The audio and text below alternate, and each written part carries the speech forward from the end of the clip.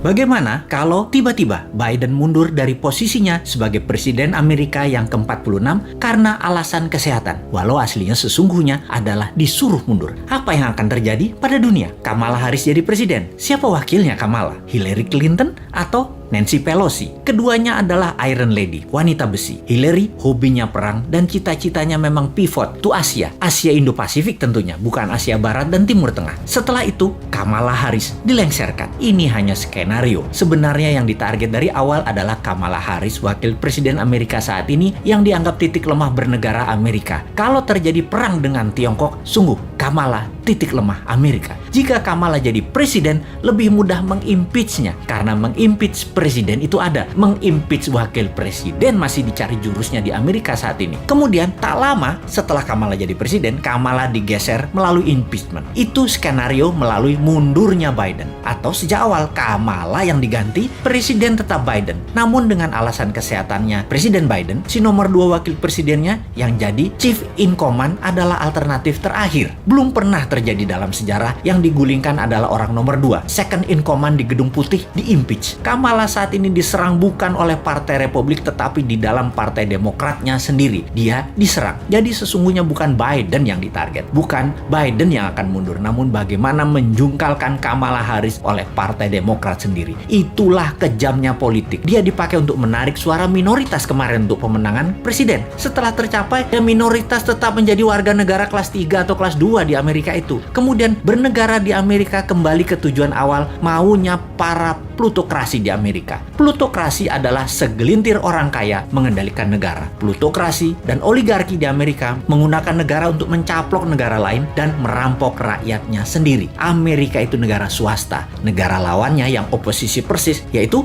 Tiongkok. Tiongkok negaranya dikendalikan pemerintah otoriter Partai Komunis atau negara partai. Itulah bedanya Amerika dengan Tiongkok. Indonesia, 7 presiden adalah negara partai, terutama 3 presiden terakhir, di mana swasta hanya dapat porsi 20%, yang 80% pemerintah. Nanti ketika new mind terjadi, maka terbalik. 80%-nya swasta, 20%-nya pemerintah. Indonesia jadi negara swasta, namun bukan swastanya plutokrasi dan oligarki, tetapi strong UKM. Itu bedanya. Indonesia akan jadi negara pertama di dunia yang kekuatannya pada UKM, bukan di oligarki, bukan di plutokrasi. Mengapa bisa? Karena peluang usaha disamakan. Pemerintah hanya jadi regulator atau wasit pengadil yang adil untuk siapapun bisa bertanding di tanah air tercinta. Namun kalau di luar negeri, negara hadir 100% membela setiap warganya, baik itu oligarki, plutokrasi atau UKM ke luar negeri Indonesia. 100% negara bantu. Serangan ekonomi ke negara lain, sekali lagi, pasti didukung pemerintah New Mind 100%. UKM, you never walk alone. Di dalam negeri, juga di luar negeri. UKM akan memakai negara untuk mencaplok negara lain. Itu di zaman New Mind. Persis seperti Tiongkok lakukan di Indonesia yang masih juga tidak disadari oleh banyak masyarakat. Apa buktinya tidak disadari? Buktinya survei terakhir mengatakan pemerintah sekarang masih didukung mayoritas. Dan itu bagus. Kenapa didukung mayoritas padahal performanya bisa dikatakan biasa-biasa saja? Karena oposisinya memble. Jadi orang juga lihat siapa di barisan oposisi dan orang di sekitar mereka. Di bayangan masyarakat banyak yang meragukan orang-orang di oposisi kalau menjabat akan lebih baik dari yang sekarang. Enggak, jujur, saya pun berpendapat demikian. Dibandingkan oposisi, jujur mending yang sekarang. Namun dibandingin dengan New Mind, ya mending New Mind. Sekali lagi,